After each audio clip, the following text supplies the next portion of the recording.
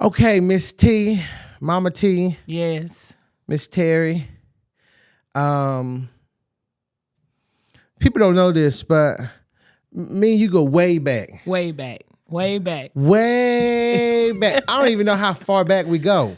Probably about 7. I'll say I worked at the Salvation Army, and that's when we met. Maybe about between 5 to 7 years now. 5 to 7 years. And let me just say that we always had like a mother and son connection. Yes. Instantly. Instantly, because the first day I met you. I don't even know what was the thing that we talked about the first time I met you, but I remember us talking so long, we forgot that I was you was at work. Yes. We forgot you was at work, and Yes. and like every time I used to come into the building at Salvation Army, because I was there for 5 years, I think. I would always make sure I come say hey to you. Yes, come to the back. Yeah, and so you have done so many great things since then, because now you are doing this conference that you've done multiple for a long time now. You've done it for multiple years. This is the third annual Bloom Day Conference. Come on. And I'm so excited because I will be in the room. Oh, thank you. Yes. I will be in the room to support you, but also support LaWanda. Yes. She's speaking, and I love LaWanda. She's such a great speaker for women. I mean, she is in her wholeness of being single. I know. Just amazing. When you connected us, we just connected instantly. That's what I'm saying. So I'm so grateful. First of all, I'm just so grateful that she gets to do in this space, but I'm grateful that she's under your care. Yeah. Because, I think at the heart of Bloom is the shepherd of who you are. Yes. And it's almost like, when T.D. Jakes was doing Women Thou Art Loose, he said that he had heard a cry from women in his spirit to do Women Thou Art Loose. And he did that conference for years until he passed the torch to his daughter. And so many souls. Yes, we're so many women were pulled out of the darkness because of it. So I think that's what you're doing too. I think that you obviously have heard the cry of young women and older women, and you are doing the work of the Lord through this conference. Yes. Not only just hearing their cry, but also hearing my own cry for God to truly move within my life. So it's not just hearing other women, it's hearing my own cry and wanting to have a place for all of us, including myself. Yeah. Well, I called you today because I want this conversation to be almost a bonus for Bloom. Yes. Because there are some women that may not be able to come due to them living far away or just not being able to be available for the 25th of April. Yes. But I wanted this conversation to really shed a little light about who you are, but also give you this time to minister to women in a way that you've always done. That makes sense? Yes. So I got a set of questions here. I'm ready. I got a set of questions. All right, let's go. That I, in my brain and a couple of research, have said that these are the questions. Those are the questions that women are asking. The number one question is basically about relationship, and we'll get to that. But they start from purpose and healing and growth and all this. So let's start with number one. All right, let's go. Okay, so here's the first question. The first question is, what is something every woman needs to unlearn before she can truly walk in who God has called her to be? Self. Unlearn what is generational for all of us. We follow what we see. And so we need to unlearn that was passed down through generations. Because again, you think, I take myself, I was a young mother at 14. So I'm only given what I was given. And so you can't truly walk or get to a place unless you release what you've already learned. When a baby is born, we teach them. They don't know anything. We teach them. They touch things. You tell them the stove is hot, hot, hot, hot. But they got to get close to it to know that it's hot. So we have to just unlearn behavior. Behavior. I love that. We have to unlearn behavior that did not serve us well. You take you were pregnant at 14. How does a young woman at 14 get pregnant? Tell me how that happens. Unlearned behavior. Parents didn't talk openly about things. So much was so visible for us that we just learned that. It's learned behavior from unlearned behavior. From your parents. Yes. So my mom can't give me what her mom didn't give her. So she does her best to give me those things. But again, how do she identify who she really is and what she really needed in order to help me be who I needed to be? She can only give what she has. What if the woman who's listening to this right now is upset at her mother because she didn't give her what she needed? Forgive her. And how does that happen? Understanding that you can't give more than what you have. Even within her, she may have children now. So she's learning how to be that parent to them. So you have to give yourself grace. You have to extend grace to yourself. But not only that, extend grace to your mother. Because she's given what she was learned, that she learned. And what was given to her. For generations, we have just gone by what we seen and what we know. And that's how it goes. We just give it all to what is given to us. We don't have a blueprint. And if we had one, don't you think that they would follow that? Yeah. And we, or myself, would not have. And I can't even blame that. I would have to say it's more choices, personal choices, things that we chose to do. You know, a lot of women struggle with this ideology that they're not enough, or they struggle with that I'm not worthy of good things, or a good man, or a good, whatever good, I'm not worthy of it. Why do women struggle with the feeling that I'm not enough? That's hard because society and culture teaches us that we're not enough. What do you mean by that? Even for myself, I had to look in the mirror and ask, what is wrong with me? Why can't I be enough? Or why am I not worthy of what I see others have? And it's hard. Because you have to understand that the Bible tells us that we're far precious, more precious than rubies. The Bible tells us that we are greater, that we possess a whole lot. But do we get that? No, we don't understand that until life has punched us, has beat us down, and we go to things that are familiar, that are comfortable. Again, what's passed down is what we see.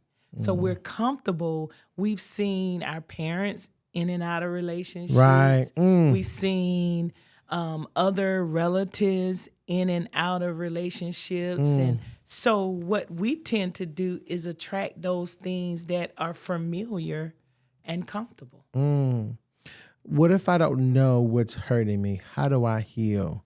I'm speaking for women. If you don't know what's bothering you, so you don't know how to call it out, We know. how do you heal?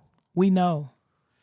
We tend to suppress that very thing that we know is hurting us. We have to learn to surrender to those things. Healing is when you can look at those very things that hurt you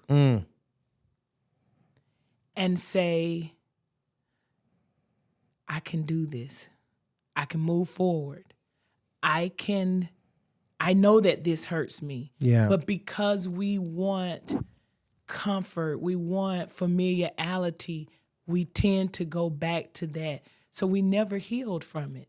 Yeah, that familiarity is such a big thing for our hearts. Not just women, but men struggle with it too. But the majority of women struggle with it. It's almost like if you were raised in a household that was abusive, then in your brain you think that that is love. So in every man you allow to pursue you, he can be just as toxic, just as mean and rude, but in your mind, that's familiar to that's good. That's good. That's good, Mama T. Yeah, that's good. Yeah, it's the number one thing that the enemy uses to keep women in bondage and keep us in bondage. The very thing that we think is safe is what he uses to hold us hostage, imprison us with what we think is comfortable, familiar, safety, because that's what we've seen. That's what's been given to us. Was there a moment in your life where you went back to something that you know was not good for you? What was that? A lot. A lot of things, because I truly, the number one root thing that I wanted was to be loved, wanted to be accepted, wanted to feel that someone truly loved me, because honestly, I was not raised with my mom. She was there, but there was no loving connection. There was nothing that you see a mother and daughter where your mom hugs you, she caresses you, because you're now longing for that. And even when there was no dad in the home, you long for that person to come in and be that role that you miss. You long for those things. So when you ask me, have I gone back to, of course, because that's all I know is I just want to be loved. I just want to be held. I just want to be someone to just see me. I just want to be seen. And so every time you get to a place where, oh, I'm not going to do this and I'm going to do that, you go right back. Why? To those familiar things, because it's comfortable. And you're getting what you're longing for, not knowing that is not what you need. So when we don't address those issues, we go back every time. When we never heal from those, when we never be honest with ourselves and say, this is it. This is the one thing that hurts me. Because every time we go back, we pile more and more damage and more damage that you got to heal from. What's the mindset, or for better words, what's the mindset shift that has to happen in a woman's brain for her to say, you know what, I'm done with this. I'm tired of this. I'm so I'm so done with this kind of lifestyle. What is the shift that has to happen? You definitely got to pivot from the old. And what I mean by that is that mindset has to shift to let me deal with me. Let me deal with the inner things that I've suppressed. And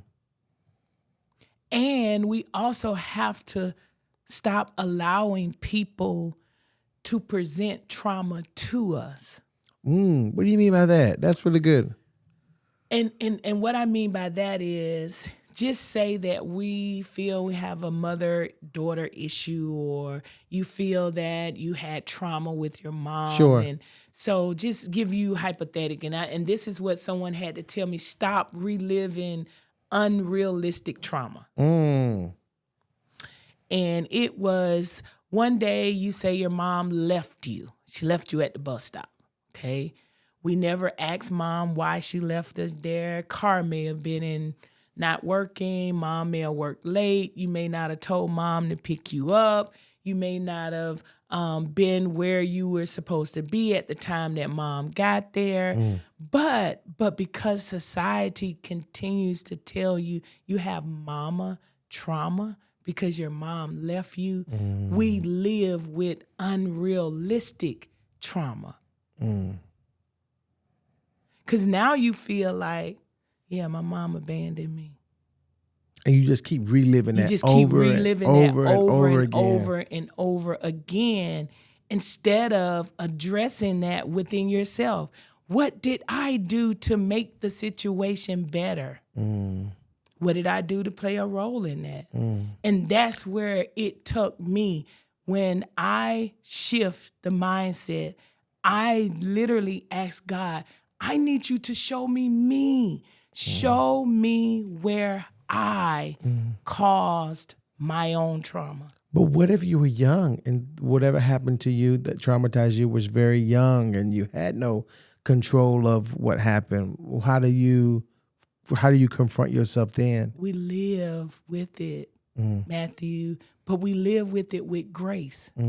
We give it to God, and God daily will help us to get through that. And so I guess what you're saying is what makes it worse is that even if you were young and something happened to you as a young woman or a young girl, the problem that you have in it is that you keep reliving it and reliving it and reliving. That's what you're saying, right? Yes. Okay. And that's what holds us back, is that we don't allow ourselves to grow through that. We just keep living in that. We come right back to familiarity, comfort zone. We come back to that same toxic trauma place. Yeah, that makes a lot of sense. How does a woman know she's settling in a relationship? Like, what are the signs that she's settling in a relationship? Now, the obvious sign is that she just accept. We just accept anything. Because the red flags are always there. Because we send a representation of who we really are. Yeah. We are not honest with ourselves. Yeah. So we settle for whatever, because now we send a representation of ourselves. And not only that, the person that we are settling for has sent their representation. So when you got you can't say you hadn't seen it because you saw it. I saw it because it was there. Because if I had been honest with them and myself, and I'll give you an example. I meet a guy and he smokes cigarettes. I'm not a smoker. I don't like smoke. But because I sent my representation and I don't say anything and I go on with it, because he may do something else that's more valuable for me, that would... You ignore or trump that. Right. But in the long run, that is going to become a problem and an issue, because I was not honest in the beginning. Yeah. And I would even go a little bit deeper. My question to that person, that woman who's doing that, I would ask yourself, what about me is hushed when I see behavior like that and don't say nothing? What about me? Why do I automatically go to Shrinkage. right?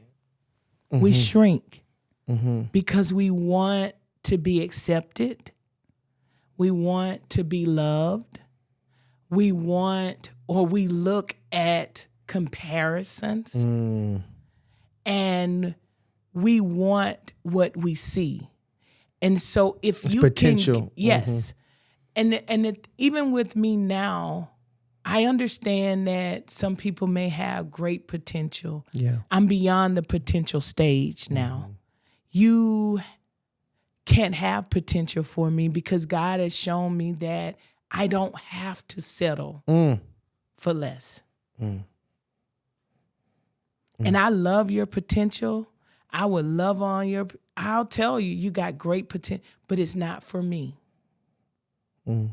What does a healthy version of love look like for women who have been hurt in the name of love? Honesty. Communication. Being open. Vulnerability. I want to be very vulnerable when it comes to love.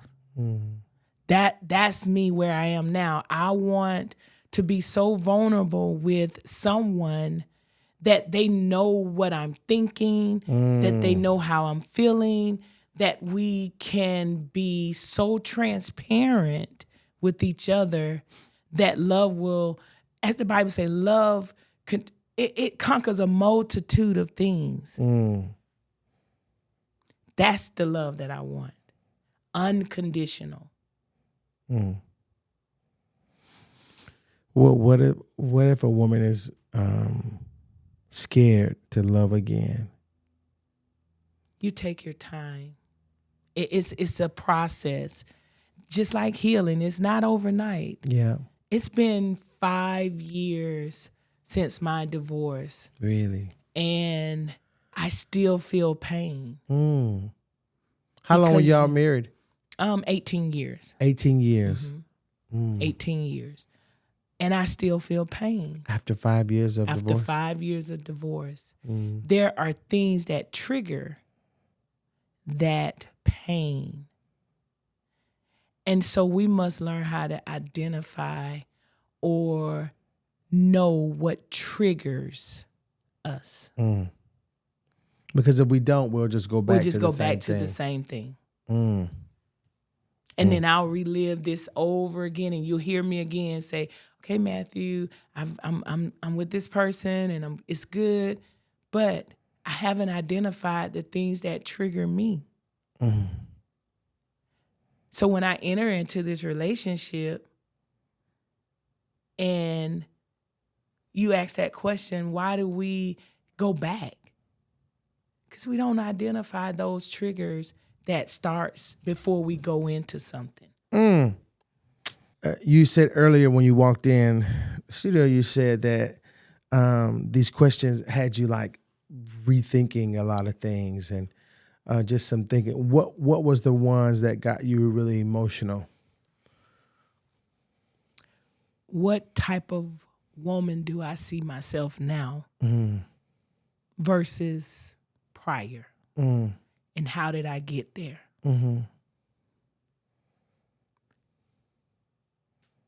How I see myself now is that I have truly surrendered to God. And honestly opened up to say I was a mess. And that I never got to a place where I could surrender until now. When God started to cultivate, bloom, my heart cried. I cried for me. I cried for myself because I was not who I wanted to be. I wasn't where I thought I should be because society and people said I was there, but I really wasn't there. I wasn't the Terri that I know that God created me to be, wonderfully and fearfully made. And so it took a long time to get there, to love me, to forgive me, to forgive those things that were taught to me, that learned behavior, and asking myself, why did I learn that? Why was it given to me? Yeah. Forgiving people that hurt me, that abandoned me, that used the very things that I longed for. Hug, love, expressions of love. That's what was so emotional for me today, is just to see that I've grown from that, and that I can hug myself. I can love myself. I can be who God has called me to be. And that's where most women, that's where they hope they can get to Yes. in their lifetime. Yes. And the sooner, the better, because we are so powerful, because God made us that way. And we lose it because we go back to comfort. We lose that sense of, I'm worthy. I'm worthy of everything that is good in my life. I deserve it.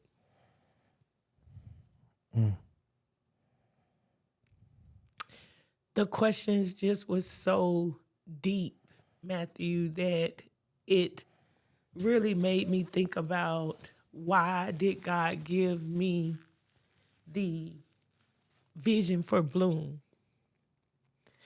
And I had to go back and say, well, oh my God, I've been through so many different things from 14 to now.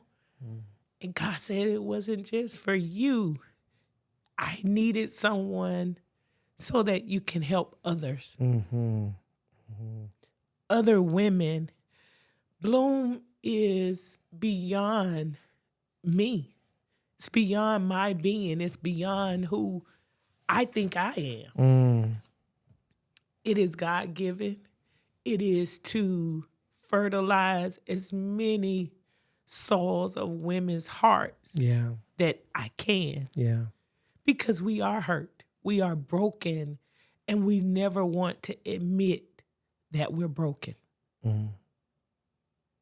Because we feel that then we are allowing our superpower to be exposed.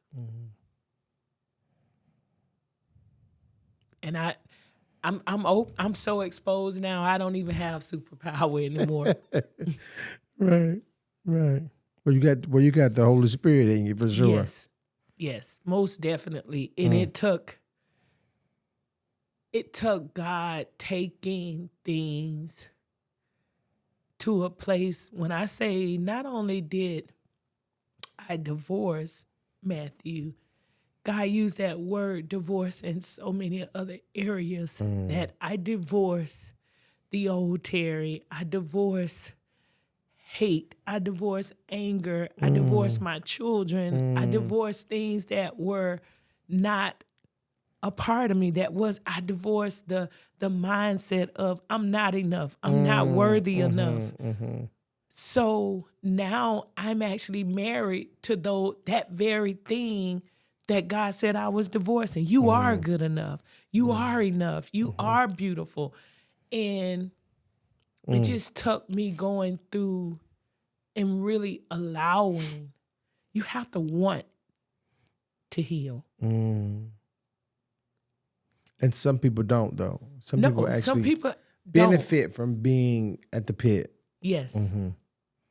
You have to truly want to be in a place of peace, in a place of honesty with yourself. You have to want to surrender those things. And it's hard. Yeah. It's really hard to surrender. Yeah. Let's this is why I want so many people to come to this conference. I mean, I want so many women to come to Bloom, but I want them to come. If they can't come this year, go next year, and then go the year before that, and go the year after that, because I just feel that there's such a that Bloom is such a place for all kinds of women, not just one type of woman. Right. And I am just grateful that you are doing work like this. We need it. We need it. It took a long time. Yeah, and it seems like what you're saying is more than you, more it was for you to help other women. It's actually helping you in a sense too. It is. It's helping me to walk in a place because I thought familiarity was everything. Friendships and people were the thing to help me to heal. And one thing I notice is that women don't like to share their experiences because they feel alone. You're not alone. Yeah. And people use, when you say what happened, they use it as a weapon. Yeah, that's so true. And That's so so true. I want to have a space where women know that they're safe. You're not laughed at. You're not alone. You're loved. This is a community where we gonna get out there and pull the weeds together. Come on. We gonna till the ground when spring come in together, so that you have a place when you're going through and you're not in your blooming season. There's other women there that can help you get there. I love that. Bloom, the Bloom conference is April 25th, Yes, 2:00 2:00 at the Echo Center, Event Center. Yes, And you've got all kind of people coming. I mean, yes. we spoke about LA coming, and you've got Felicia coming.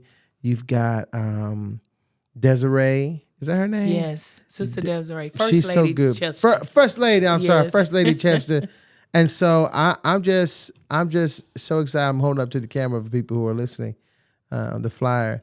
I'm just excited, and I can't wait. What's one thing? Excuse me.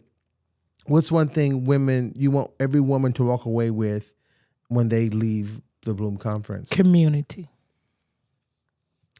Someone that's accountable to you to help you.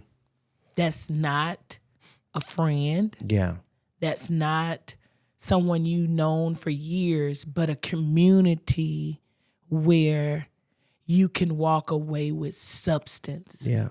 I love to that. help you. I love that. Well, Mama T, I think you have expressed the heart of Bloom, and I can't wait for people to come. I can't either. I am so excited. I have truly labored since last year, the day of the Bloom last year of 2025 to now. The speaker, from the panelists to the Resilient Award winners, God truly handpicked each and every person. Yeah. If you had the cell phone number to every woman alive, what would you call and tell her? I love you and I'm sorry. And the reason I say I love you is because some women never hear that. And the reason why I would say I'm sorry is because I'm sorry for whatever anyone did to you. Thank you, Miss T. I love you. I love you too. Thank you. That was fun.